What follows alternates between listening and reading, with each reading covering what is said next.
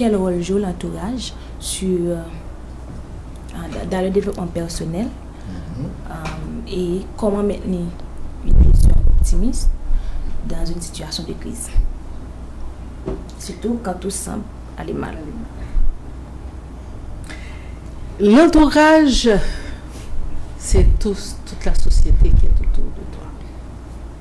C'est ça ton entourage. Les gens qui sont dans ton environnement immédiat et tout le reste qui vient. Comment garder la confiance en soi face à toi? Surtout lorsque l'entourage, tout ce que tu fais, il le déconstruit pour toi. Tout ce que tu dis prête à équivoque. Et tout ce que tu entreprends, c'est jamais bien. Ou il y a toujours quelque chose de caché. Ça, je connais ce genre de choses. Ce genre d'entourage, c'est peut-être ce qui m'avait valu de ne pas me lier d'amitié avec qui que ce soit. On te dit, éloigne-toi de l'entourage nocif. Moi, le conseil que je vais te donner, c'est que tu ne peux pas ne pas écouter ce qu'on dit. Mais il ne faut pas que ce qu'on dise t'atteigne. Il ne faut pas prêter le flanc à cette négativité qui t'entoure. Moi, il faut réellement que j'ai des zones positives pour pouvoir fonctionner. J'ai appris à Toastmaster, je vous invite à rentrer à Toastmaster. J'ai appris à Toastmaster que lorsque la critique est faite, il faut chercher la petite chose qui vous concerne, c'est tout, et laisser flotter le reste. Parce que nous n'avons pas appris à dire à l'autre exactement comment sont les choses. Alors, ce que vous dites là est très beau. Est-ce qu'on ne pourrait pas exemplifier? Oui, je vais exemplifier. Il m'est arrivé déjà d'avoir à réaliser quelque chose. Je vais prendre pas plus tard qu'il y a 2 semaines de cela. Je voulais changer les ampoules. Simplement, quelque chose de simple. Les ampoules de chez moi. Parce que j'avais l'impression qu'il y a quelque chose qui ne marchait pas mal. Les ampoules ne voulaient pas être changées. Et j'ai appelé un jeune homme. Je lui ai dit, tu vas m'acheter des ampoules rechargeables. Il est allé. Il est venu, il l'a acheté. J'ai mis l'ampoule et l'ampoule ne s'est pas allumée. Mon mari m'a dit, il faut laisser que l'ampoule se recharge avant qu'il s'allume. Je lui ai dit, mais en principe, j'achète une ampoule, il y a le courant, si je visse l'ampoule, automatiquement ça doit s'allumer. C'est la logique. Il m'a dit non, il faut que tu laisses ça se recharger.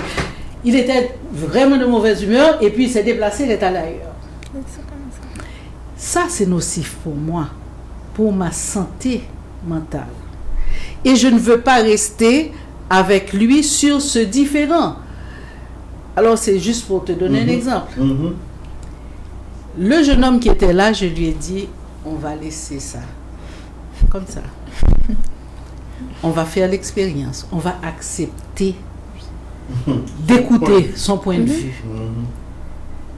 On a accepté. Je suis allée auprès de mon mari. Et puis je lui ai dit, tu aurais dû. Je ne vois pas pourquoi tu t'es énervé. Parce que je t'ai donné mon point de vue. Tu m'as donné ton point de vue. Mais tu t'es énervé, tu es déplacé. Tu aurais pu rester avec moi et me dire, on va essayer de faire l'expérience. Ok.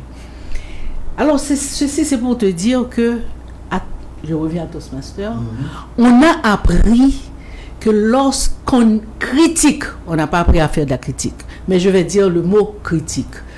Lorsqu'on apprend à dire son fait à quelqu'un, on doit apprendre aussi à lui dire que ça, c'était bon.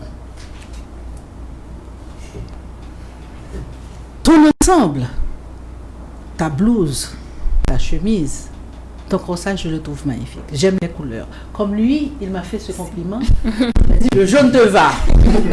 Mais quand il avait fini de me dire, le jaune te va, s'il devait me dire que je devrais me laisser pousser les cheveux, il pourrait me dire, mais je pense que si tu te laisses pousser les cheveux, tu aurais une réelle belle allure.